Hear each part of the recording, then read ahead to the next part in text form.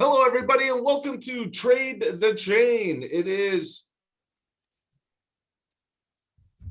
15th. what day, though? It's Thursday. It is Thursday, the 15th. And I'm not going to edit this out. Sorry about that, folks. Welcome to Trade the Chain. It is Thursday, April 15th, and it is a great episode. I think we did 3 live streams yesterday covering the Coinbase IPO as well, or not IPO, direct listing, as well as having Steve Ehrlich on from Voyager. So excuse me for my mess ups today, but thank you for joining us. An interesting day. We're going to definitely take a look at what happened the first day of trading with Coinbase, as well as go over the big boards and see what is going on there. I'm joined by CJ, our crypto analyst from marketrebellion.com, and the best air in crypto, my co-host Ryan Gorman, and I will let you guys take it away now. Thanks, Alex. This is just a reminder that all content provided by Trade the Chain and Market Rebellion is strictly for educational and informational purposes only. Absolutely none of this is investment advice, and it should never be construed as such. Don't listen to us. Trade the Chain is brought to you by TradeTheChain.com, a global 24/7 community of traders across 23 time zones of all ages, all abilities, all backgrounds, and all skill levels, all using AI-driven sentiment indicators and actionable alerts to help them beat the market. If you are not yet a member of Trade the Chain, please check out TradeTheChain.com to learn more. And then moving over to marketrebellion.com/crypto. This is myself and Monty and our community at marketrebellion.com/crypto. And with us, you get exclusive trade ideas on a weekly basis, entries, exits, stop losses. Also, you get access to our macro portfolio allocations, a pro charting platform, a trading education curriculum, and an elite community of traders all throughout the world, and much more. If you're serious about trading crypto, this is the service that gives you everything you need all in one place. You can start your first month trial for just $1 at marketrebellion.com/crypto. We really appreciate that, guys. We've grown quite a bit, as well as Trade the Chain. I mean, you guys got members in every single time zone all over the world. Congrats on that. Also, congrats, Alex, on the 30,000 view video yesterday. Yeah, man. I think it's really a testament to all your hard work and the great content that you've been putting out for the community. So well done there, sir. And then going over to Trade the Chain, looking at our screener page. After the direct listing on Coinbase, we are down just a little bit, going back to 62K with some bearish sentiments going all the way on the hourly. But what do you guys make of that before we get into the technicals on the big boards? So looking at that, right, we were talking earlier this week about how once Bitcoin hits a top, which it did, there's often a bit of a sell-off, and people take those profits and they drive them into altcoins. You have ETH hitting, what, 2,500 or 2,400, and then you have a bunch of other altcoins, including StormX and some of our other favorites that, have been surging. StormX is up, what, 7% since yesterday, somewhere around there. So it looks like that rotation into alts is now starting to happen, and we'll see if it bears out over the longer term. Yeah, I'm excited to talk about that because DeFi has absolutely been going parabolic today. I mean, in the Daily Crypto Bite earlier, I rattled off like 5 or 8 names of DeFi assets. They're all up to double digits today. Alex, you were going to say something. No, I was just going to say yesterday was a really interesting day. And to Ryan's point, there's some, explanations to what's happening and stuff like that. And even what we discussed, CJ, yesterday, as far as, the market's doing its technicals and going through the rhythms, because you don't know, hey, is it the hype, the news, is the IPO, direct listing affecting it? Is it the technicals that are just doing their jobs or whatnot? So I'm interested to hear what you have to say today on the analysis now that we're a day past. Thank you for the compliment, by the way. It's a team effort over here, all of us. And if you do like the content, you like us, even if it's just a little bit, you like us, hit the subscribe button if you haven't already. And Hulk the subscribe button. Then what do they do to the like button? You Hulk the like button too. You Hulk them both. Oh, you Hulk them both. Okay, cool. Yeah. That's what the kids are doing. I don't know. That's what they said. Ape the like button. That's But jumping into our analysis here with Bitcoin, it's pretty simple where we are right now. And, I'm of the opinion that while there is some overlap in the market participants between Bitcoin traders and the ones who wanted to get into, say, the Coinbase IPO, sure, there may be some overlap, but I don't think it's the absolute driving factor for why we got that correction. I think it's more of a technical take profit level. When you consider the global volume that comes into Bitcoin, I think it's more likely that it was more of a technical pullback. And I think the reason why is because we hit a TD sell 9 on the 4-hour, pretty much very close to when the direct listing was actually occurring. A lot of traders then took profit. We bounced or we haven't bounced yet, but we found a little bit of support on the top support level that was formerly resistance of that ascending triangle. And right now, I think it's pretty promising because Bitcoin is holding strong. If I go back to the one-day chart, I want to draw a little bit and show you kind of what I expect for the rest of the week. And that is kind of a rebound off of our current level. So we have ascending triangles, we have certain touch points on the ascending triangles. Finally, once we break above resistance, we find kind of a place to chill out, but very oftentimes we will go up and we will back test that former resistance level that has now formed support before going back up and proceeding to higher levels. So if we followed some type of pattern like that, I would not be surprised at all. And I think that still bodes well for the $75,000 to $80,000 thesis by kind of the start of May, if not even a few weeks into May.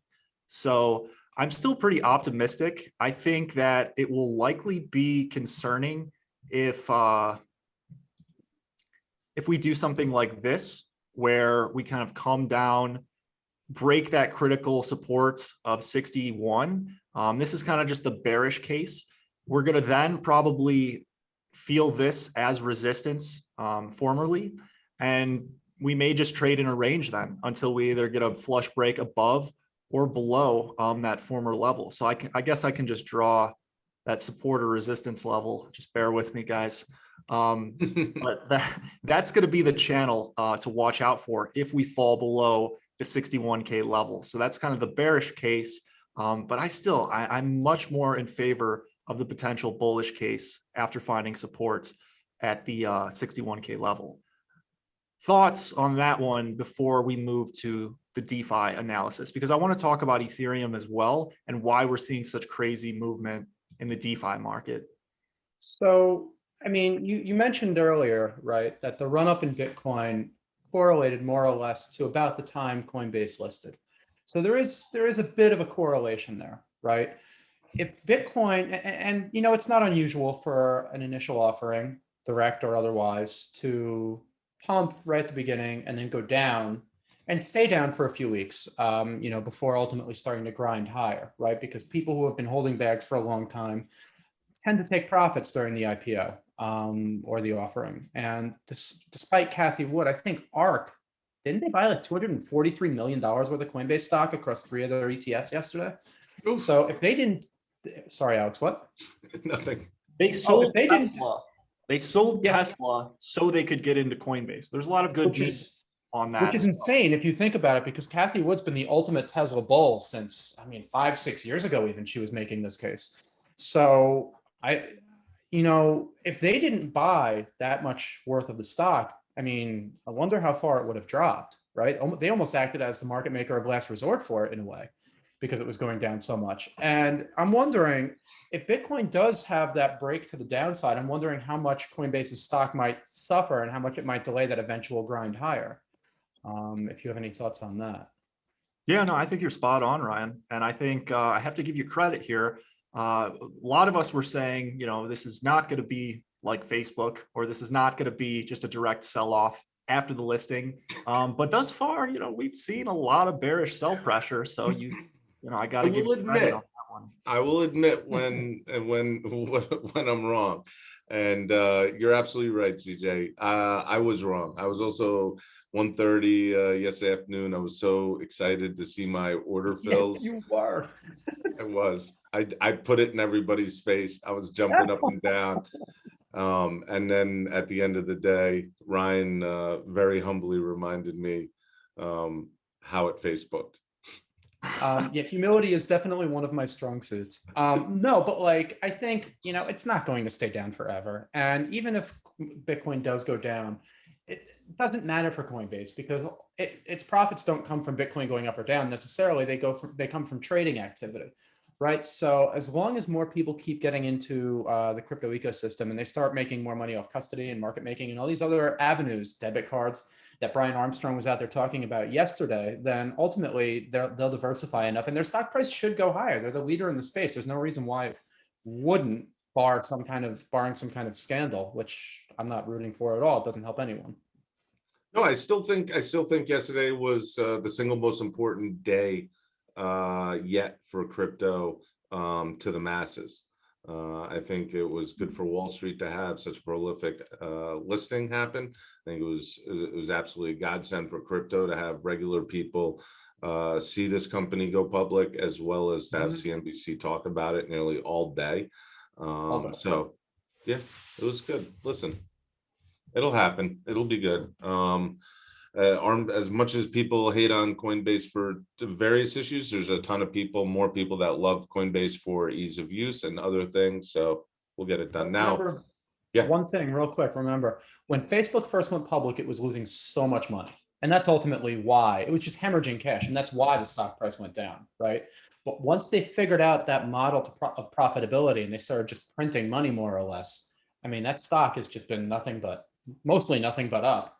Yeah. And ultimately, I mean, Coinbase might take a similar path. I'll just have to hold the bag and see where it goes. Yeah, that's an interesting point, Ryan, because I think, and correct me if I'm wrong, but when Steve came on the show yesterday, Steve Ehrlich, CEO of Voyager, he made that point about Facebook. It's like the crypto companies like Voyager, like Coinbase, they're making money. They're making a lot of money off of volatility and volume. So, can't wait for that hopeful NASDAQ listing at some point for our good friends at Voyager as well. All right, DeFi. What's happening, CJ, in DeFi? You noted some performance this morning on the Daily Crypto Bite show that you and John and Monty do. Tell us what you're seeing. So I can't talk about DeFi without first addressing the Ethereum chart, which is pressing towards all-time highs for the past 3 days now. We have this pink moving average line that you can see. That's the 20 SMA. When we have price above that level, I typically look for bullish continuations. I think that we're running into resistance at 2,500. We've been rejected from that level, but ultimately, if we can break above, and if Bitcoin remains in positive territory, or at least neutral territory, this DeFi run will likely continue for the short term, in my opinion. Now, being said, not only is Ethereum getting more volume and creating new all-time highs, but we're also seeing the exact same thing on the DeFi perpetual index from FTX. So this chart has been absolutely parabolic. Look at that. And if you look at a lot of the DeFi assets like Link, Band Protocol is another one that's up, Yearn Finance, Maker. I think Maker was up over 30% earlier today. All of these DeFi projects are taking off like they've got, a SpaceX rocket attached to the bottom of their order fills. But a lot of opportunity and a lot of money has been made coming off of this increase in volume that we saw earlier in the week. So what DeFi assets have not pumped, or what potential opportunities could there be yet to come in the DeFi landscape? And for that one, I want to go and quickly reference an NFT play, which is Mana. Mana and Engine, where are our two biggest NFT plays when it comes to exposure in the space. And earlier we had new all-time highs from Mana, but I think that due to the fact that we're above that pink SMA, that's very bullish. We're on that green 7 and are continuing the setup phase on the sequential indicator. The only thing that's really holding us back is this resistance at $1.21 here. I think if we close above that level, which we're almost on the way to doing, this bull flag completion up to about $1.50 or possibly even $1.70 will likely come to fruition in the next few weeks or so. But I really like the technical setup around Mana. I think it's one of these DeFi assets that has kind of yet to pump. But I really like that one, and I'll be following that one very closely. But what about Engine? What do you think is the near to midterm case for Engine? Yeah, thank you for asking, because I do like Engine. I was going to bring it up earlier this morning as well, but the reason I didn't is it's just not hitting those breakout levels in the way that Mana is. We're still kind of struggling to get firmly above the 20 SMA here. But I think once we do, and if Engine can really get past this breakout level with a firm close above, what's this resistance level at? It's at $3.44. I think if we can get above that level with a flush break, let me draw. It always makes I like your artistic skills. Yeah, you're the Picasso of the cryptos. No, I'm asking because I own Engine, so I'm curious if it's gonna pop into that honey hole or if we're gonna move higher. So yeah, as you can see, this is the range that we've been trading in. We've been trading in between $2.70 and about $3.50 or 14 cents. And until we either break down, which I just don't really think is likely at our current point, I think it's much higher that we're going to end up breaking to the upside very soon, and something like that. We just haven't hit that critical level yet. I'm going to be watching for a flush break above that previous high for a trigger entry for a short-term trade. I think if that does occur, then Engine is going to do very, very well in the next coming weeks. Ryan, my assumption is that you're probably holding it more for the longer term cycle. Even so, I'm still very bullish on Engine. I think the NFT space still has more momentum yet to come, and we're still just at the beginning. By the way, speaking of being just at the beginning, did you guys see Coinbase's their advertisement on MLB Network last night? I think a lot of gamblers probably watch the MLB, so they probably put it on MLB Network as a result. But essentially, it was just a progression of Bitcoin. It started in 2009, 2012. And it finishes in 2021, and it says this is just the beginning. It was really it choked me up a little bit, honestly. I was really proud. Yeah, so there's I was showing that page. Coinbase actually had that page on their website, and I was showing that page, toggling through it every 15 minutes or so, and this is just the beginning. It was really cool. I think from an ad perspective, they're going to give the Winklevoss twins a run for their money with those bus stop banners and stuff. We'll see. Grayscale too. Grayscale Yeah, all over New York. I'd be remiss to not point out that my ETH Maxi case is also coming true. At least for now.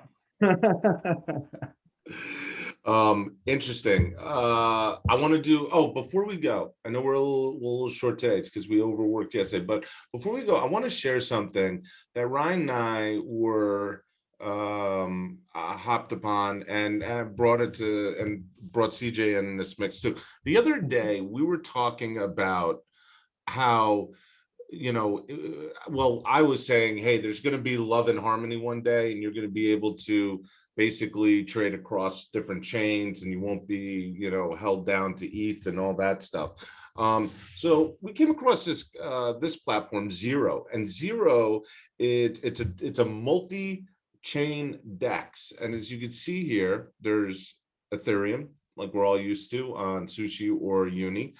There's BSC from Binance, and there's Avalanche, and they have a couple different other ones that are coming, like I think Polkadot and Solana and some others. But this is really cool. And so now just two disclosures. One is we haven't tried it yet. We're actually going to do it later today, tomorrow, and trade on it to see how that cross exchange swap works. And then second disclosure, I went out and I put a little bag of the zero token actually, and so I just want to make sure everybody knows whether I own something or don't own something. The other day, I love the fact of cross chain trading, so I went and Now I'm going to have to buy some. I mean, I want to try it out. I'm excited. Yeah, it's really cool. I mean, we're definitely going to give an update on how this works, maybe even tape us going through the process and stuff like that. But it's zero.exchange. That's the website, zero.exchange. And we'll let you know, because that's the closest. I couldn't believe it, because the other day we were talking about it. I said there's going to be love, peace, and harmony. And Boom, look at that. This might be the beginning of a revolution. So who knows?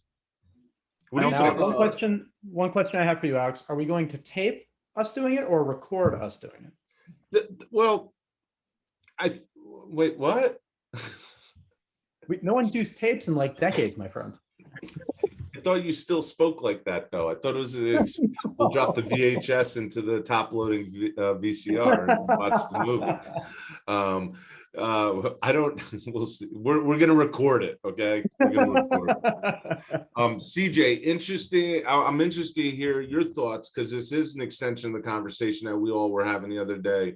What are your thoughts about the future of cross-chain trade, whether it's wrapping up various tokens so that they can make the travels and stuff like that?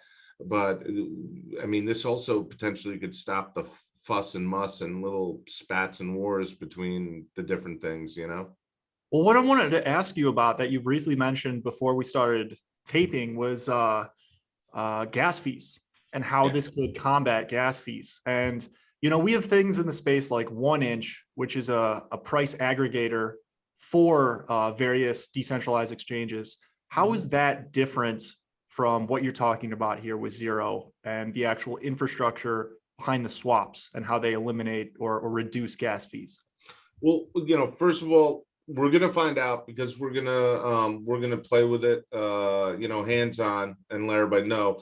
But there's, I'm thinking that there's going to be some rapping going on, not hip hop rapping, but some token rapping, a way to circumvent it so that it can go on to the other chain. But we're going to find out. Either way, in my own head, my own spacey head here, it sounds really great on paper. Absolutely. I also have a shot of Alex bagging up.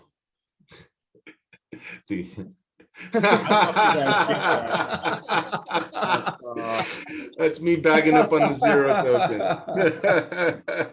That's funny. That's good. All right, cool. Any closing arguments here? I don't know if the audience is going to get that. I don't know if they're too old for the SpongeBob references, but ETH with that, to the moon, guys. ETH to the moon. ETH to the moon. That's your parting wisdom. I don't know if it's wisdom. It's just my parting comment. Oh my God. Everybody, thank you for tuning in.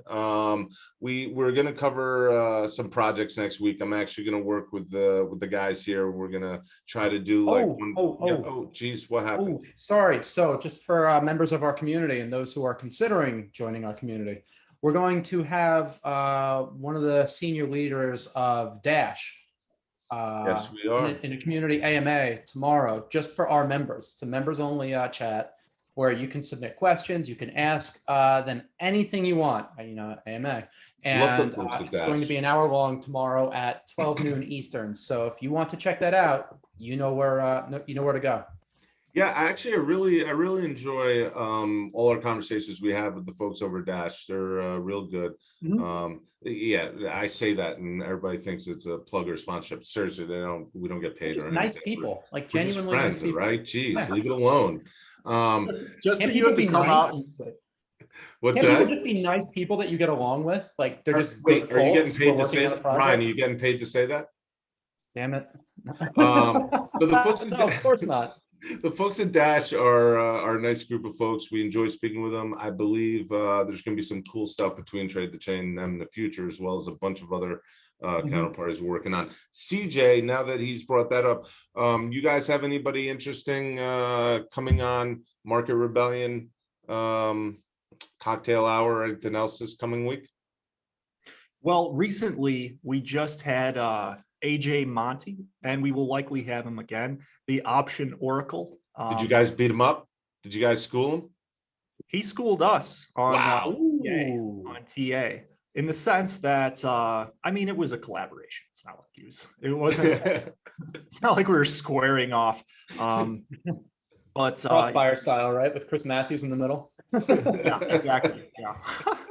But he showed us a lot of really good technical analysis, things that even I kind of, you're never done learning in this industry or in any industry. And so it was really good to get that wisdom. That's something that we're going to be doing pretty regularly from now on, kind of on a monthly basis. Nice. So definitely stay tuned for that. And yeah. I like it. I like it. Yeah, I mean, real quickly, that's one of the things, I know we plug our products, our communities and stuff at the beginning, but there's so much more underneath the cover, so to speak. So things like this, the boxing matches that CJ has with Options Oracle and Dash coming on our program. What else? Jesus, I could ramble on. No one wants to listen anymore. So, folks, hang on to your handlebars. We'll cover some projects next week. I definitely going to try to talk the guys into maybe HBAR, the Hedera hash graph. Try to see what's happening over there since the news of their COVID vaccine blockchain thingy in the UK a little while ago. And tune in tomorrow. Thank you all for joining, folks. Bye, everyone.